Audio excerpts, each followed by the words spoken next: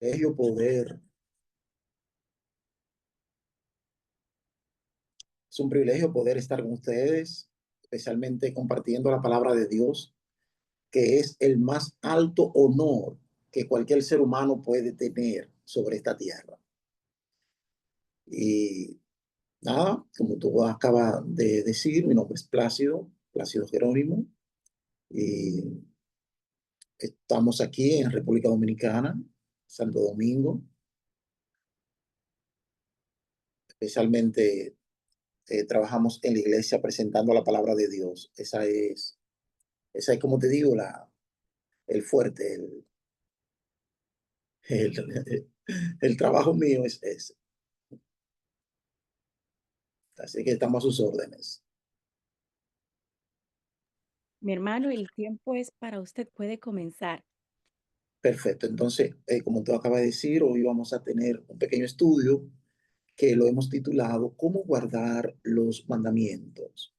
Antes quisiera tener una pequeña oración una vez más para entonces abrir la palabra de Dios y que el Señor nos guíe. Oremos al Señor. Bendito Dios y Padre nuestro, sin ti nada podemos hacer.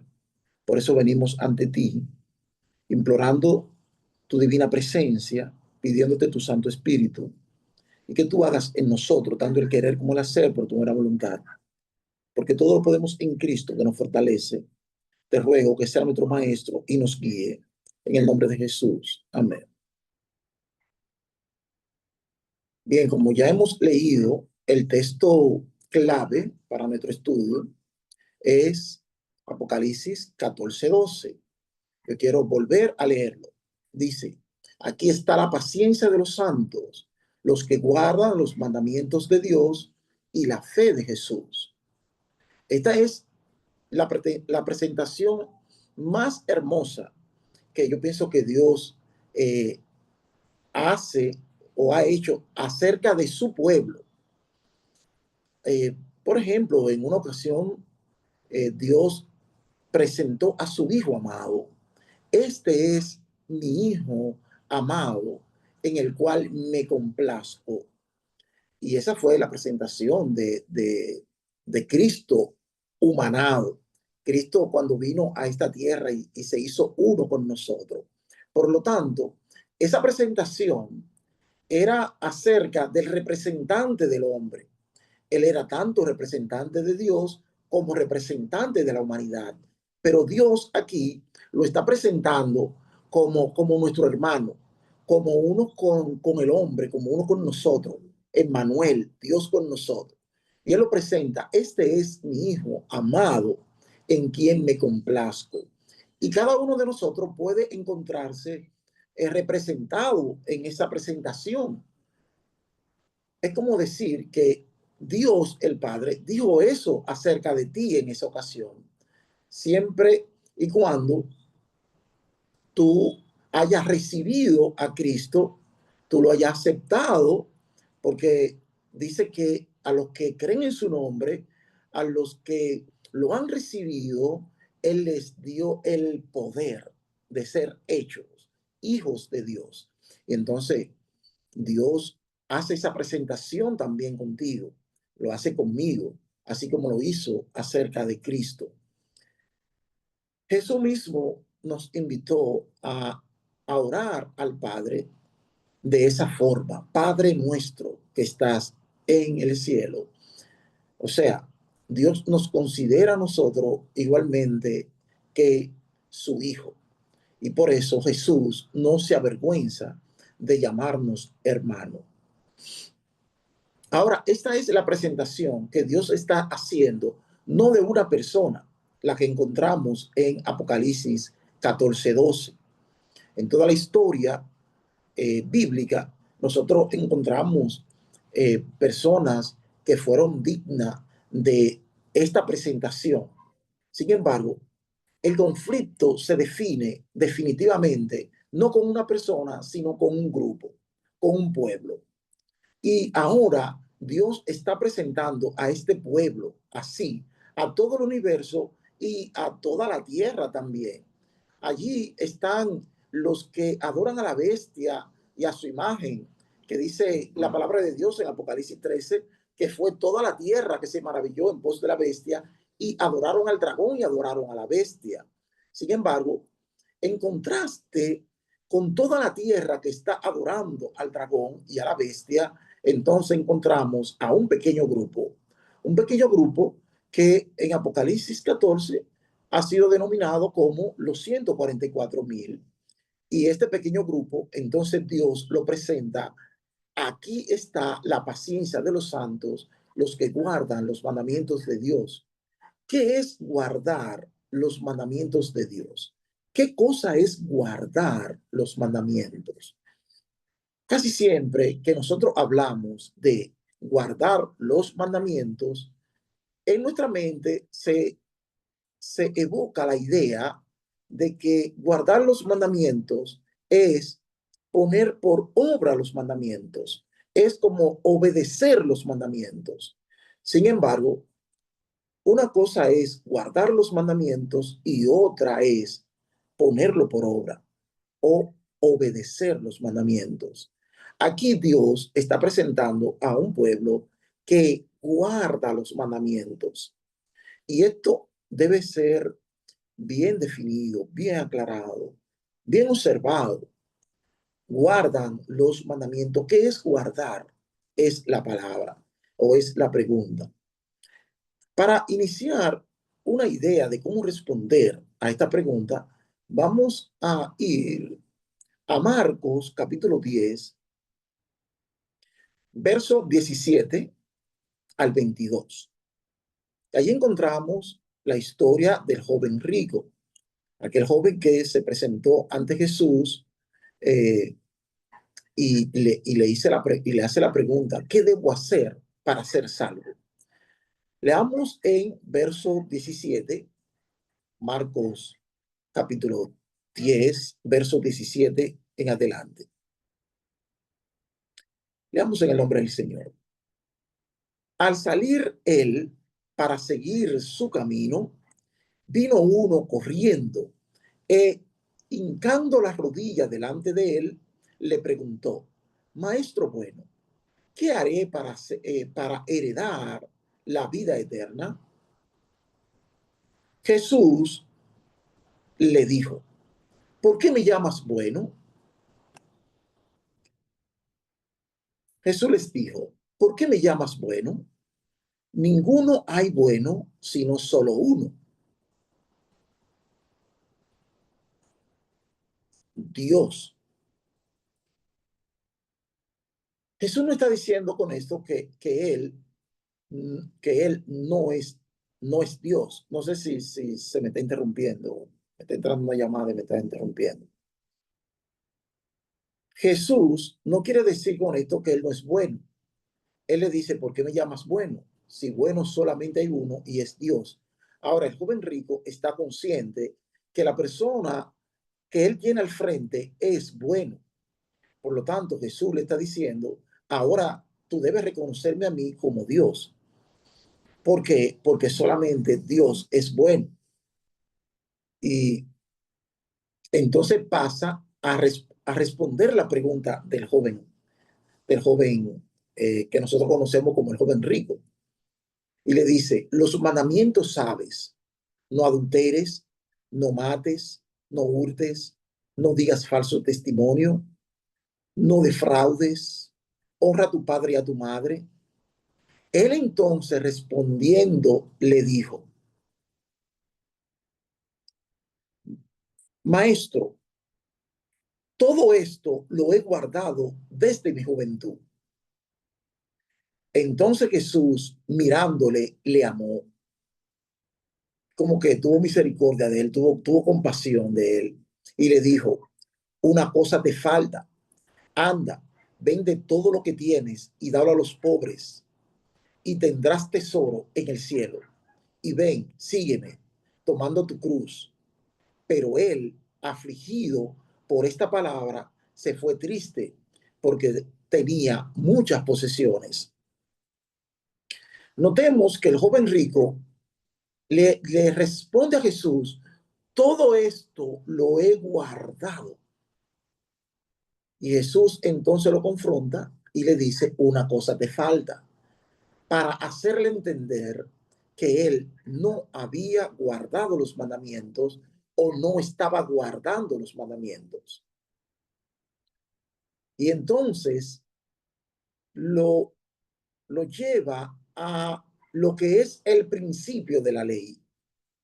El principio de la ley es el amor. Y el joven rico, porque tenía muchas posesiones, se fue triste y no pudo vender todo lo que tenía y darlo a los pobres. Porque una cosa es la justicia de la ley. Esa justicia de la ley que los fariseos expresan de una forma externa. Los fariseos guardaban la ley de manera externa, de manera que solamente ponían, vamos a decir, que ponían por obra las obras de la ley. Pero Pablo dijo que él no quería ser encontrado, que él no quería ser hallado en su propia justicia, en la justicia que es por la ley. ¿Qué es esa justicia que es por la ley? Esa justicia que dice, no robarás, pues entonces yo me eximo de robar. No cometerás adulterio, pues yo me eximo entonces de estar con una mujer aparte de mi esposa. Es eso lo que Jesús dijo de los fariseos, que eran sepulcro blanqueado, porque por fuera, a la verdad, parecían muy hermosos, pero por dentro estaban llenos de qué? Llenos de crimen, de asesinato. En el sábado, los fariseos procuraban entrampar a Jesús para matarlo. O sea, ellos eran muy perfectos por fuera, pero por dentro eran asesinos, eran adúlteros. Ellos no guardaban los mandamientos porque no tenían el carácter interno de la ley. Sin embargo, se presentaban como si ellos tenían el carácter externo de la ley. El evangelio, el evangelio afecta en primer lugar el interior. Eso debemos puntualizarlo. El evangelio en el primer lugar que llega es aquí, a la mente, al pensamiento, a la imaginación, al interior. Dice el verso 26 del mismo capítulo, ellos se asombraban aún más, diciendo entre sí, ¿quién pues podrá ser salvo? Entonces Jesús, mirándolos, dijo, para los hombres es imposible, mas para Dios no, porque todas las cosas son posibles para Dios. Cuando el evangelio y las normas del evangelio son elevadas, entonces las personas dicen, eso es imposible. Todavía aún entre nosotros, los adventistas del séptimo día, encontramos, eh, encontramos tal discurso como que guardar la ley es imposible. Porque ¿qué implica guardar la ley? Guardar la ley implica dejar de pecar. Guardar la ley implica victoria sobre el pecado. Entonces, ellos dicen, es imposible, es imposible. ¿Quién será salvo? Y Jesús le dice, es que eso no es un asunto de los hombres. Eso no es un asunto de los hombres. Eso es un asunto de Dios. ¿Qué es el evangelio? El evangelio es poder de Dios para salvación. Hay muchos que quieren vivir la vida del evangelio sin el poder de Dios, sino con su propio poder, haciendo sus propios esfuerzos, haciendo su propia religión, viviendo su propia justicia. Esto no es posible. Y el Señor está tratando de decir a nosotros y al pueblo, no es posible. No es posible guardar la ley a partir de nuestra propia fuerza. Sin embargo, lo que es imposible para el hombre es posible para Dios. Y Dios ha vaciado todo el cielo para salvar al hombre. De manera que entonces es posible para Dios. Nosotros vamos a leer en el Romanos 13, versos 9 y 10.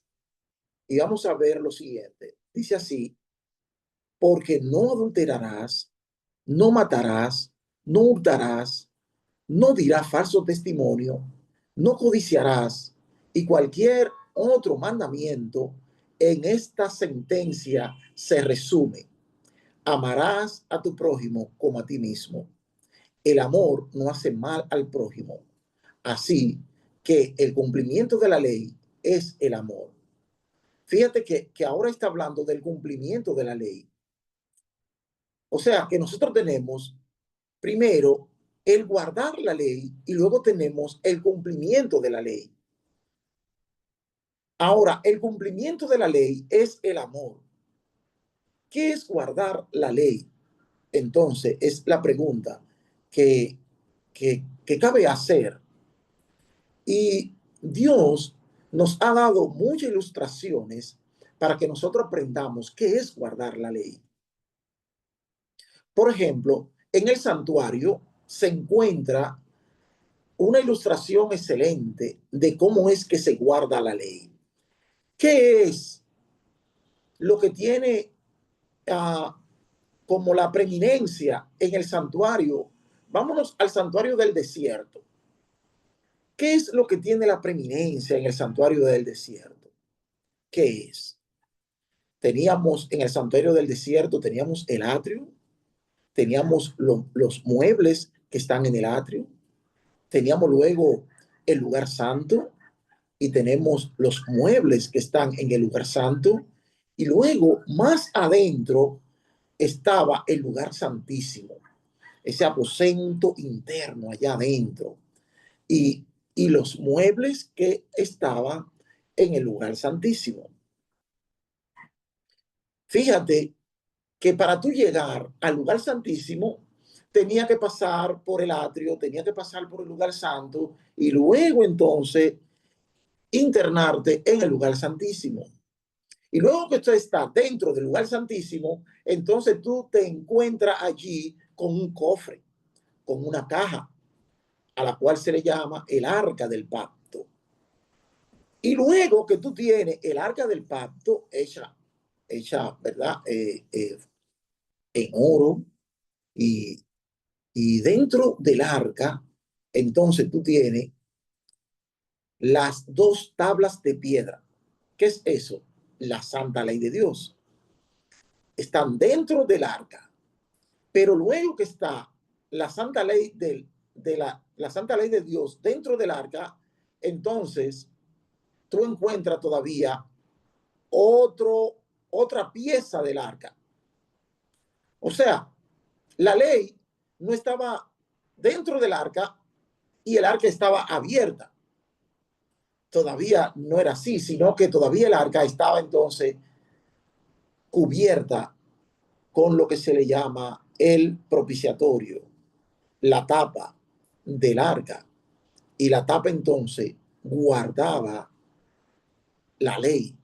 ¿Tú ves? ¿Qué es el sentido de guardar según esta figura del santuario? Nos da como la idea de un banco donde tú guardas tu tesoro, donde tú guardas tu dinero. ¿Qué es lo que pasa en el banco? Tú nunca has ido al banco y encuentras el dinero, qué sé yo, arriba del mostrador, de los cajeros. El dinero está ahí en la sala. No es así. ¿Dónde está el tesoro guardado en el banco? Porque si el dinero estuviera solamente en el banco, allí donde cualquiera puede verlo y tocarlo, entonces no cumpliría el concepto de que tu dinero está guardado. Tu dinero está en el banco, pero no guardado. Pero ¿qué le da la idea de que está guardado? Ah, que para llegar hay que internarse dentro en una sala interna que el banco va a tener, y todavía dentro de esa sala, donde no todo el mundo tiene acceso, todavía dentro de esa sala tú vas a encontrar una caja a la cual se le llama la bóveda o la caja fuerte. Y entonces hay combinaciones, hay llaves para abrir esa caja. Y luego que se abre esa caja, se introduce allí el tesoro y luego se cierra y te da la idea de que tu dinero está guardado. O sea, guardar es interiorizar, guardar es trancar, guardar es proteger, guardar es como estar dentro de y estar internamente encerrado, tapado, asegurado. Y entonces, eh, ¿qué tenemos entonces en el santuario del desierto? ¿Qué tenemos? Eso, lo que tenemos. Es como una figura de un banco donde se está guardando la ley. Ahora, a nosotros se nos pide que guardemos la ley. Y Dios nos está presentando como, mírenlo aquí, aquí están los que guardan los mandamientos de Dios y tienen la fe de Jesús. Pero a nosotros se nos llama que somos templo de Dios. Si nosotros somos templo, entonces nosotros vamos a tener la figura del templo del desierto. Y si somos templo, ¿qué era lo más, ah, como digo, de los muebles, de todo lo que había en el santuario? ¿Qué era lo que tenía la preeminencia, lo que tenía como el protagonismo? ¿Qué era? Era, alguien me dice, el arca. Pero no obstante al arca, es lo que el arca está guardando. Tú ves, es la ley de Dios que estaba guardada en el arca. Ahora nosotros somos templo, pero ahora nosotros necesitamos, como ese templo, tener guardada la ley de Dios en nosotros. ¿Cómo es eso? ¿Cómo se puede hacer eso? Entonces ahí nosotros nos vamos al capítulo 10 de Hebreo y encontramos lo siguiente. En Hebreos capítulo 10, leyendo del 14 en adelante, encontramos: porque con una sola ofrenda hizo perfectos para siempre a los santificados. Y nos atestigua lo mismo el Espíritu Santo, porque después de haber dicho, este es el pacto que haré con ellos después de aquellos días, dice el Señor, pondré mis leyes en sus corazones y en sus mentes las escribiré. Añade, y nunca más me acordaré de sus pecados y transgresiones.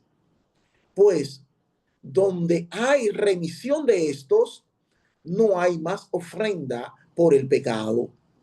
Así que, hermanos, teniendo libertad para entrar en el lugar santísimo por la sangre de Jesucristo, por el camino nuevo y vivo que Él nos abrió a través del velo, esto es de su carne, y teniendo un gran sacerdote sobre las cosas de Dios, acerquémonos con corazón sincero, en plena certidumbre de fe, purificados los corazones de mala conciencia y lavados los cuerpos con agua pura.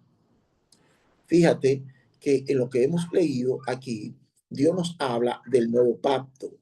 El nuevo pacto ahora tiene un nuevo santuario, que es el santuario celestial, pero también es el santuario de nuestro cuerpo. Y ahora tiene una nueva ley. que es la ley escrita no en tablas de piedras, sino en las tablas de nuestros corazones. ¿Qué significa eso? ¿Qué significa eso? Que ahora Dios está impregnando su santa ley en tu vida, en tu interior, que su carácter está en tu vida, en tu interior, que, que los principios que rigen el reino de los cielos ahora están en tu mente, en tu interior.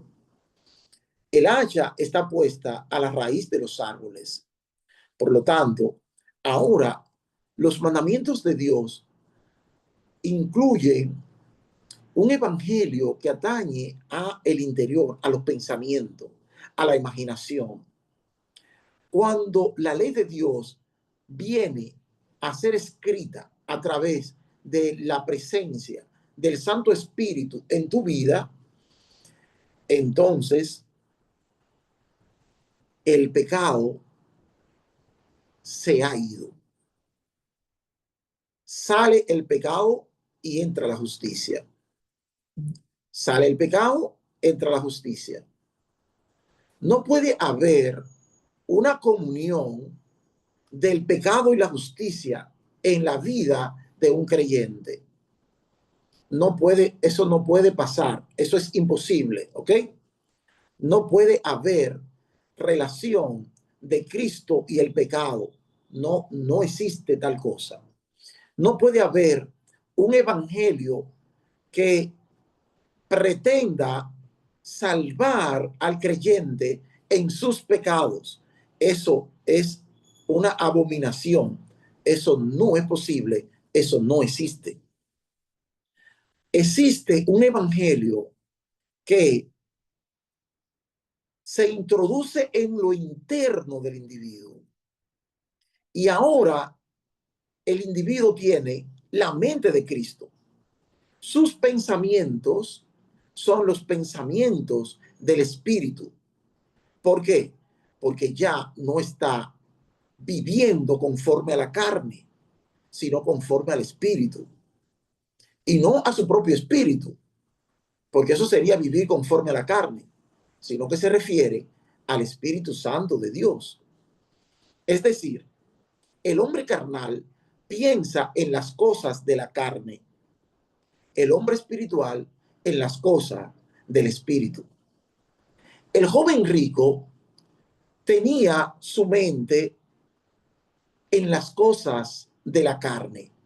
Sin embargo, él quería ser salvo, pero él quería ser salvo sin que las cosas de la carne salieran de él.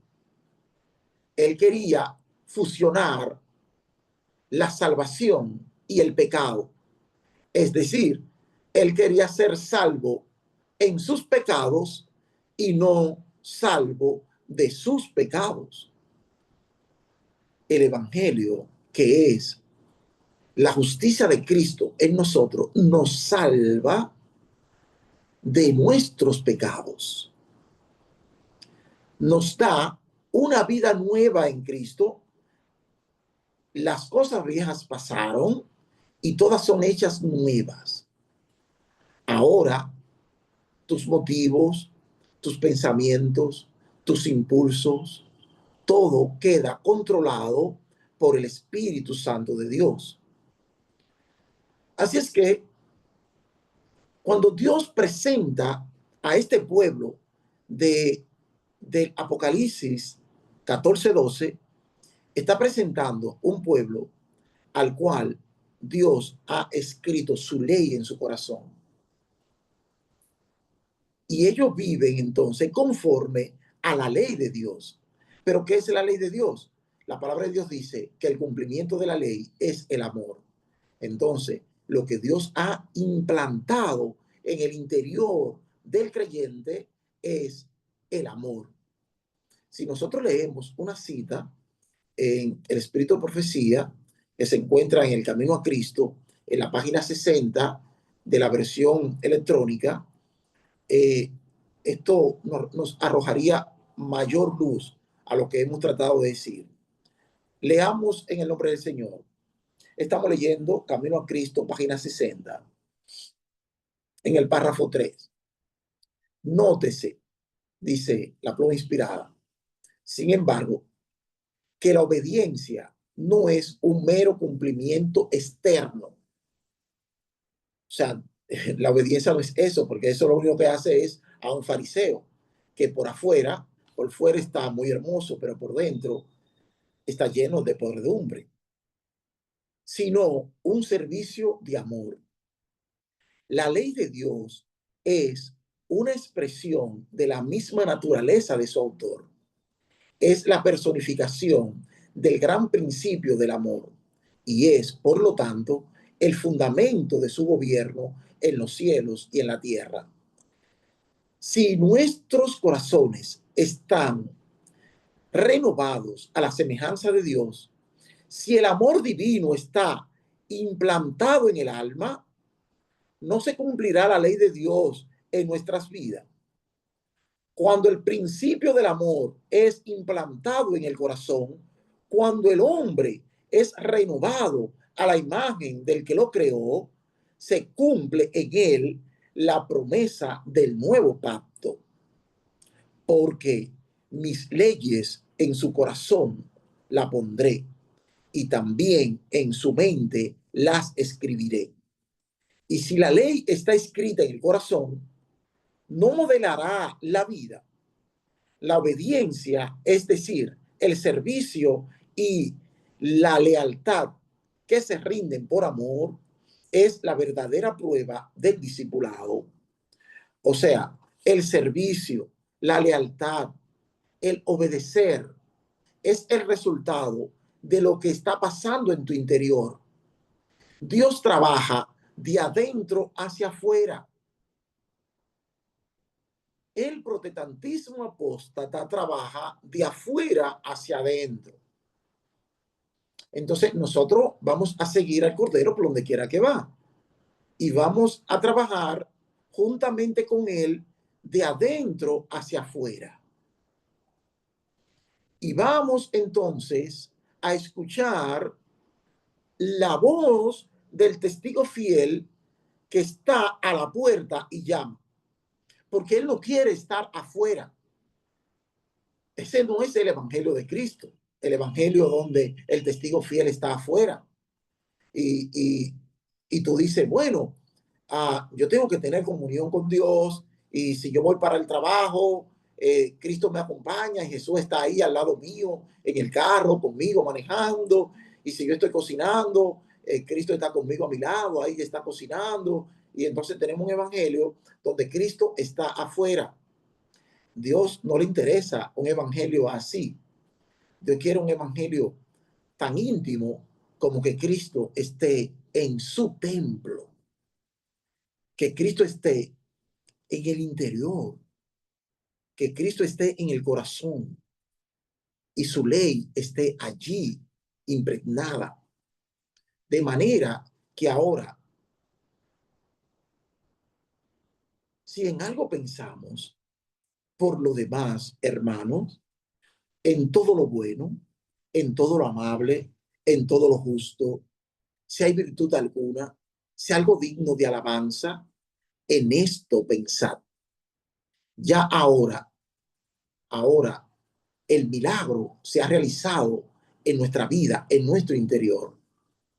Y es ese milagro el que nosotros debemos de asegurar de que estamos viviendo, no una experiencia de religión, porque no vamos a pasar del fariseo, del cual el Señor dijo, si vuestra justicia no fuere mayor que la de los escribas y fariseos, no entraréis al reino de los cielos. Entonces, nosotros necesitamos experiencia mayor que la de los escribas y los fariseos. Necesitamos la justicia de Cristo. Para tener la justicia de Cristo, tenemos que tener a Cristo en nuestra vida. Y el Espíritu Santo de Dios se complace en traer a Cristo a nuestra vida. Y ese es el evangelio.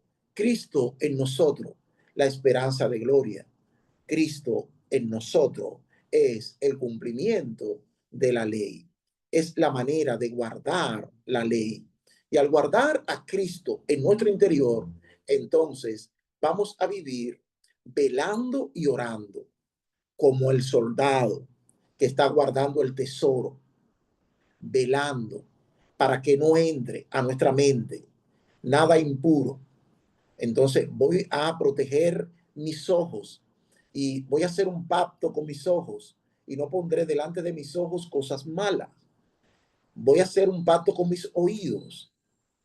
Voy a hacer un pacto con las avenidas del alma para que no entre cosas malas dentro de mí. Voy a estar velando como un guardia, ¿cierto? Velando porque dentro de mí hay un tesoro. Y si yo profano mi interior, entonces, vuelvo y repito, no podrá haber comunión lo bueno con lo malo. No existe eso en el Evangelio. Eso existe en la religión oriental, en esa religión que enseña el equilibrio y la armonía entre el bien y el mal, por ejemplo, como el yin yang, pero en el Evangelio de Cristo no existe tal cosa. El Evangelio de Cristo es sea sí, sí o no, no. Entonces, termino diciendo eso como un llamado. Dejemos que Dios sea nuestro Dios y que Él venga a ser morada en nuestra vida, no como un invitado, sino como un propietario. Que Dios te colme de su bendición y de su divina presencia. Gracias por la atención y quedo con ustedes en la sala. Vamos a orar entonces para terminar. Bendito Dios y Padre nuestro, te damos gracias porque tu misericordia son verdadera para con nosotros. Te damos gracias por tu evangelio. Te pedimos que nos guarde de un evangelio anatema que enseña que estaremos pecando hasta que Cristo venga. Te pido, Dios, que conforme a la obra que tú estás realizando en el lugar santísimo, tú efectúes tal obra de purificación en cada templo que nos escucha en esta hora y que tú hagas tu obra en nosotros y que tú cumpla tu propósito en cada uno de nosotros, como en nuestros familiares y amigos. En el nombre de Jesús. Amén.